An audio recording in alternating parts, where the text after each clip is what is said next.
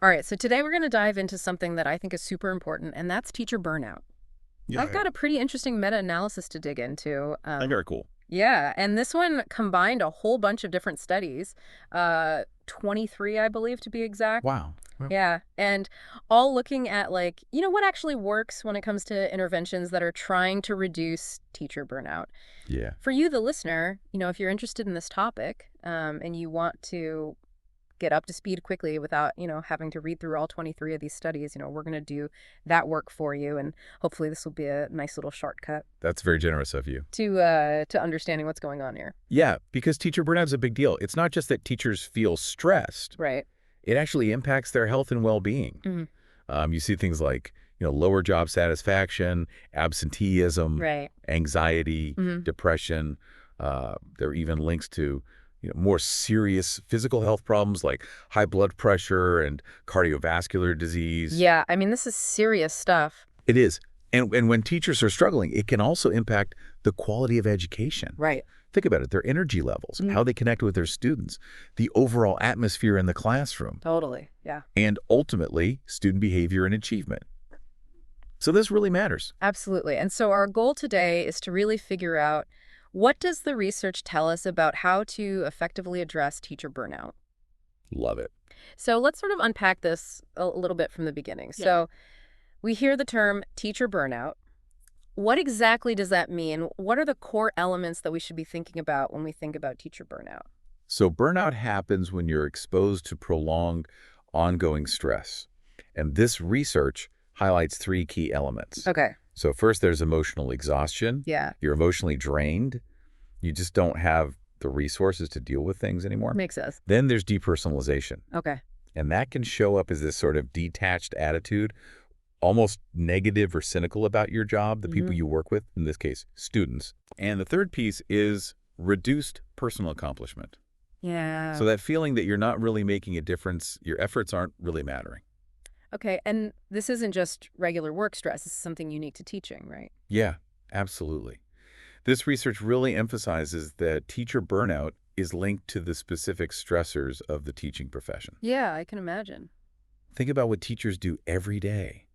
You're constantly navigating the emotional needs of many students, Hmm. each with their own unique challenges, and that's a lot, That is a lot. Yeah. right? You've got this constant split-second decision-making that happens all day long in the classroom, Sure. and then classroom management, creating that positive learning environment, building those relationships with the students, Hmm. dealing with any conflicts that arise, whether it's with the students' parents or colleagues. Right. That could be a huge emotional load to carry. It sounds exhausting, honestly. It can be. And the research also highlights this imbalance between what's being asked of teachers, which can be things like managing those really difficult student behaviors, but also all the administrative tasks, The paperwork. right? And the resources that they have available to do all of this. So think about support staff access to materials, even just enough time. Mm. And, this is interesting. When teachers are asked what stresses them out the most, Yeah. the same things come up over and over. Workload, not having enough time to collaborate with other teachers, lack of support from, superiors or school leadership, and then having to deal with those difficult student behaviors. So those themes are consistent. Yes, and where someone is teaching can also play a big role. Okay. The study actually uses South Africa as an example of how teacher burnout is impacted in lower-income countries. So what are some of the unique challenges there? Well, in lower-income countries, teachers often face an even heavier burden. They might have increasing workloads due to reforms in the education system. Right. Plus, they might be dealing with really low and inconsistent pay. Oh, And then there can be this lack of professional perspective or autonomy. Yeah. Limited opportunities for professional development. Yeah. And even just really challenging working conditions. Right. In some places like South Africa, they also highlight the prevalence of HIV/AIDS Yeah. and how teachers can end up having to take on additional roles supporting students and families dealing with that, Right. which adds another layer of emotional burden. Absolutely. So yeah, it seems like there are a lot of factors that go into this. It's complex. Very complex. So let's get down to the real question here, Yeah. which is, do these interventions that schools or organizations put in place to try to reduce burnout actually work? Right. So what does this, big meta-analysis of 23 studies, Mhm. what does it tell us? So the big takeaway is that the interventions aimed at reducing teacher burnout. They did have a small but statistically significant overall effect. Okay. So statistically significant meaning what exactly? It means that, while the effect might not be huge, it's not like a night and day difference. Yeah. We can be pretty confident that this is a real trend. Okay. And it's not just due to random chance. So there is evidence that these efforts can make a difference. So it's hopeful. Yeah, it's not a magic cure, but it's something. Right. And when we think about those three components of burnout, emotional exhaustion, depersonalization, and reduced personal accomplishment, did the interventions kind of affect all of those equally? Not exactly. Okay. The interventions had similar small effects on both emotional exhaustion and personal accomplishment. Okay. But when it came to depersonalization, that's where we saw almost no effect. Yeah, it Hmm. wasn't statistically significant. So it seems like the interventions are better at addressing the emotional strain and maybe even helping teachers feel more effective. But they're not doing much to shift those negative feelings about the job itself. So that's a really important distinction It is. because you could still be, feeling very emotionally exhausted, Mm-hmm. but still, kind of like the students and like your job, Exactly. but maybe not the other way around. It's complicated. Yeah, so this meta-analysis looked at 6 main types of interventions that were used in these studies. Right. What were those? So they identified cognitive behavioral therapy. Okay. CBT. Yep. Mindfulness and relaxation techniques, training in social emotional skills, a psychoeducational approach. Right. Interventions focused on social support, and then professional development programs. So that's quite a range. Yeah. Let's go through them. Right. Let's start with CBT. Okay. What did they find out about its impact? So CBT-based interventions actually had a significant positive effect on reducing emotional exhaustion. Interesting. Yeah, so helping teachers develop those coping strategies, reframing negative thoughts, really seemed to help them feel less emotionally drained. Yeah. But there wasn't a significant impact on either depersonalization or personal accomplishment. Hmm. So it seems like if you're really struggling with that emotional drain, Yeah. focusing on your coping skills through CBT could be a really good approach. And they mentioned a couple of specific examples of these CBT interventions in this study, right? Yes, they did. Can we talk about those? Of course. So one example involved workshops that focused on stress management coping skills, and they also incorporated peer collaboration. Oh, that's cool. Yeah. And this actually showed positive changes in not just emotional exhaustion, but also depersonalization and personal accomplishment. Wow. So it hit all three. It did, which is pretty interesting. Yeah, very cool. What was the other one? The other example was this online problem-solving training program. And this was specifically for teachers experiencing depressive symptoms. Okay. Now, what's interesting here is that right after the training, there wasn't a big difference between the group that got the training and the control group. Hmm. But when they followed up 6 months later, there were significant improvements in both depersonalization and emotional exhaustion. So there was like a delayed effect. Yeah, it seems like the benefits really emerged over time. Interesting. Okay. So CBT shows some promise. Let's move on to mindfulness and relaxation techniques. Hmm. We hear so much about this these days. We do. But what did the meta-analysis actually find about how effective they are for teacher burnout? So this category showed significant positive effects on both emotional exhaustion and personal accomplishment. Oh, that's great. Yeah, it's really encouraging. And the researchers think that mindfulness is helpful because it helps teachers become more aware of what triggers their stress, Hmm. but also the physical sensations that come with it. Right. And then Yeah. they're able to develop coping strategies, things like taking a moment to pause, Mm. focusing on the present, Right. instead of, worrying about the future, letting go of unrealistic expectations, being kinder to themselves. It sounds very zen. It is very zen. And were there any specific studies within this category that really stood out? There were a couple that were really promising. Okay. So one study reported a large reduction in overall burnout through a mindfulness-based program. So a pretty substantial effect. Yeah, it was. And then another one, they adapted a mindfulness course specifically for teachers and found significant improvements in both emotional exhaustion and feelings of personal effectiveness.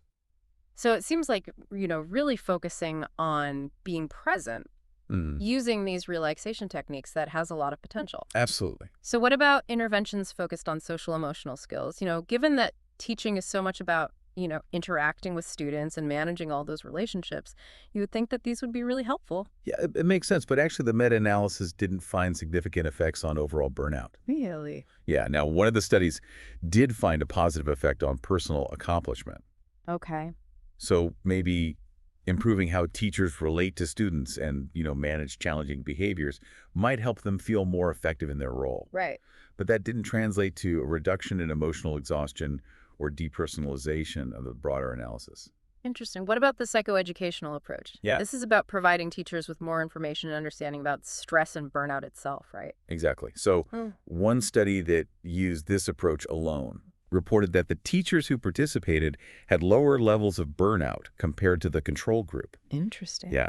And when this approach was combined with social support groups in another study, they actually saw positive effects on both emotional exhaustion and personal accomplishment. So it seems like knowledge combined with that support network Hmm. is beneficial. Yeah, and I think it's Yeah. important to distinguish this from just teaching social emotional skills. Right. This is really about giving teachers a deeper understanding of stress and burnout itself, Right. what causes it, what the symptoms are, how it actually works. I see. Okay, that makes sense. So then we have social support as a category on its own right. Yep, so this is about interventions that focus specifically on giving teachers more support. Yeah. And what did they find? So one study that used social support groups found small to moderate positive effects on both emotional exhaustion and personal accomplishment. Okay. And we also talked earlier about that CBT intervention that incorporated peer collaboration. And that also had positive changes across all three aspects of burnout. So Sure, there's something to that. it seems like having that support network and feeling connected to your colleagues Right. can really make a difference. Makes you feel less alone. Exactly. So finally, let's talk about professional development programs. Okay. These are often aimed at equipping teachers with, new skills, new strategies, new tools. Yeah. Did they find that these helped with burnout? It's a mixed bag, honestly. Okay. So one study found that a professional development intervention didn't really have any impact on emotional exhaustion or personal accomplishment. Mm. But then another study reported a significant decrease in the feeling of emotional and physical exhaustion Okay. among teachers who participated in a professional development program. So I think the takeaway here is that the content and focus of the professional development program really matters. Right. So it can't just be any random professional development. It has to be very specific You got and tailored, I suppose. to their needs, absolutely. So we've gone through all 6 types now, it seems like. Mindfulness and relaxation, and to some extent, CBT and social support are the approaches that showed the most promise, particularly for emotional exhaustion and feeling more effective. Yeah, that seems to be the pattern. But that issue of depersonalization still seems to be a bit of a puzzle. It does. It's hard to budge that one. It's a tough one, and I think it's important to remember that we're looking at average effects across lots of different studies. Right. How each of these interventions is designed and actually implemented in a specific context Right. probably makes a huge difference. Totally makes sense. So the meta-analysis also considered other factors that might influence how well these interventions work. Yeah. One of those was the level at which someone was teaching, primary, middle, or high school. Right. Do these interventions work equally well across the board? Well, it's a great question because the demands and challenges of each level are quite different. For sure. So when they analyzed studies that included teachers from all levels, Mm-hmm. there were significant effects on emotional exhaustion and personal accomplishment. Okay. However, when they tried to look at primary, middle, and high school teachers separately, the results were less clear. Okay. There was a lot of overlap in the likely ranges of the effects.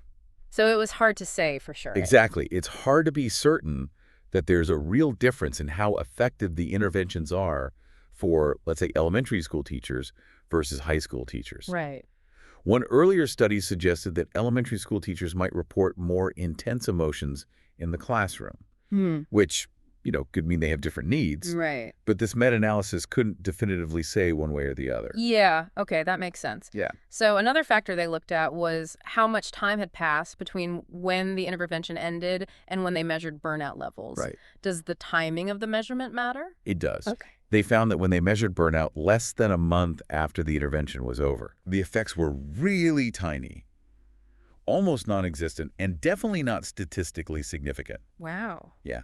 But when they looked at studies that measured effectiveness between 1 and 3 months later, or even more than 3 months later, they reported much larger and statistically significant decreases in emotional exhaustion. Interesting. So kind of like a delayed effect. Yeah, and personal accomplishment also showed improvement when measured 1 to 3 months post-intervention. So it takes a while to kick in. It seems like it. Like maybe people need time to actually implement the things that they learned and for that to make a difference. Yeah, it could be that it takes time to really integrate those strategies into their daily routine. Right. But there's a little caveat here. Okay. Those studies with longer follow-up periods, they didn't always measure burnout right away. I see.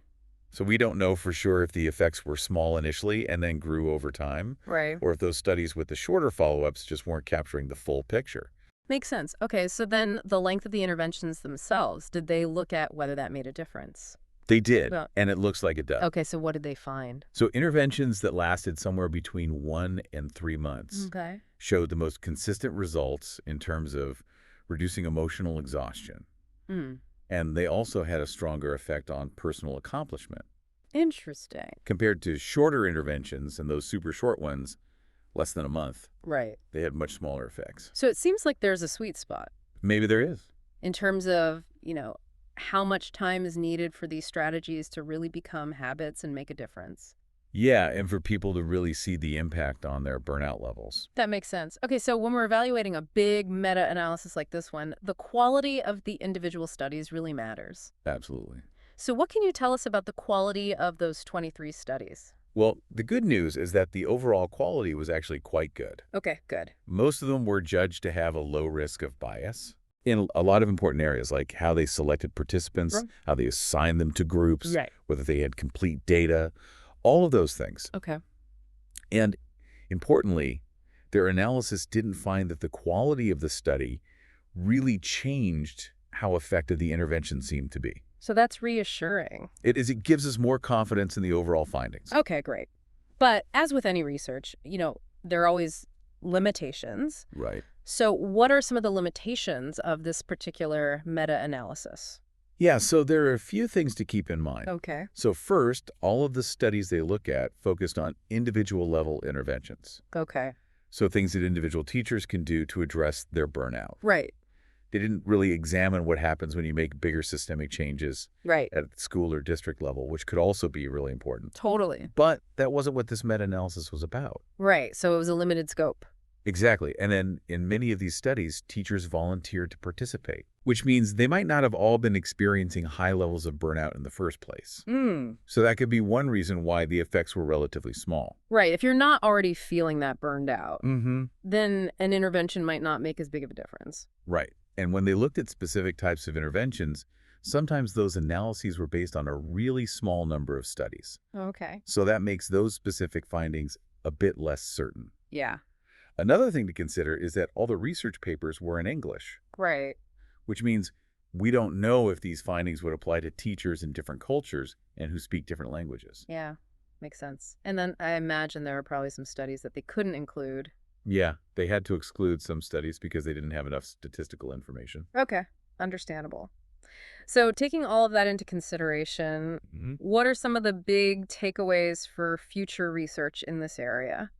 Yeah, so this meta-analysis really highlights a few key areas for us. Yeah. First, there's a real need for interventions that are specifically designed for the unique stressors and the context of teaching, Right. and maybe even tailored for different grade levels. Yeah. And I think future research could really benefit from looking closely at models of stress that are specific to teachers. Okay.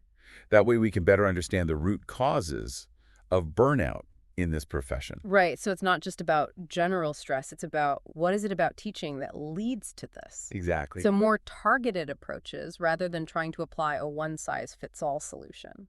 That's right. And I also think researchers should focus on what might actually help teachers thrive. Okay. Things like their sense of efficacy, their belief in their ability to manage their classroom effectively, Okay. those kinds of things. Right. And it would also be really helpful to broaden the scope of what we're measuring. Beyond just burnout. Exactly. Yeah.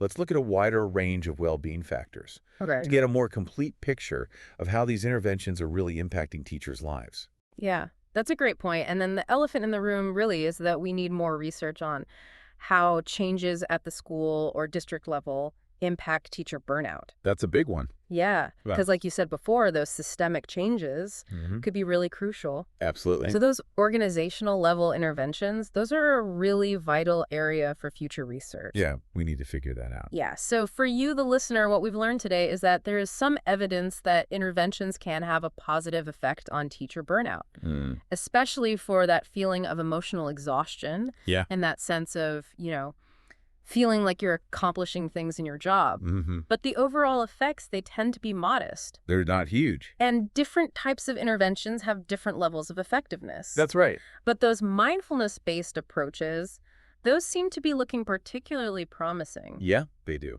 And then it seems like the timing and length of these interventions also make a difference. For sure. So it's not just what you do, it's how you do it and for how long. Yeah, and I think it's really interesting that across the board, they found such a limited impact on depersonalization, which I think raises a really important question. Yeah. What is it about the teaching experience that leads to that kind of cynical detachment?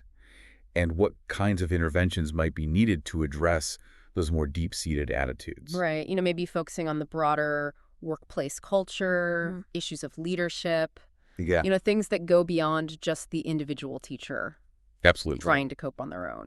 And I think this really highlights how complex this issue is. Yeah. When we think about supporting teachers' well-being, keeping them in the profession, Right. helping teachers develop individual coping strategies, that's important. Sure. But it might not be enough Right. without addressing those larger systemic factors that contribute to stress and burnout in the first place. Absolutely. So for you, the listener, the question we're left with is, given all of these factors that contribute to teacher burnout, what really innovative teacher-specific and maybe even school-wide strategies might actually be the most effective in creating a sustainable sense of well-being Yeah. and preventing burnout from happening in the first place? What can we do? Yeah, that's a question that deserves a lot more attention Absolutely. and hopefully more research down the line. I agree. Well, thanks for joining us for this deep dive today. It's been a pleasure. I hope you learned something new, Me too. and we'll see you next time. Take care.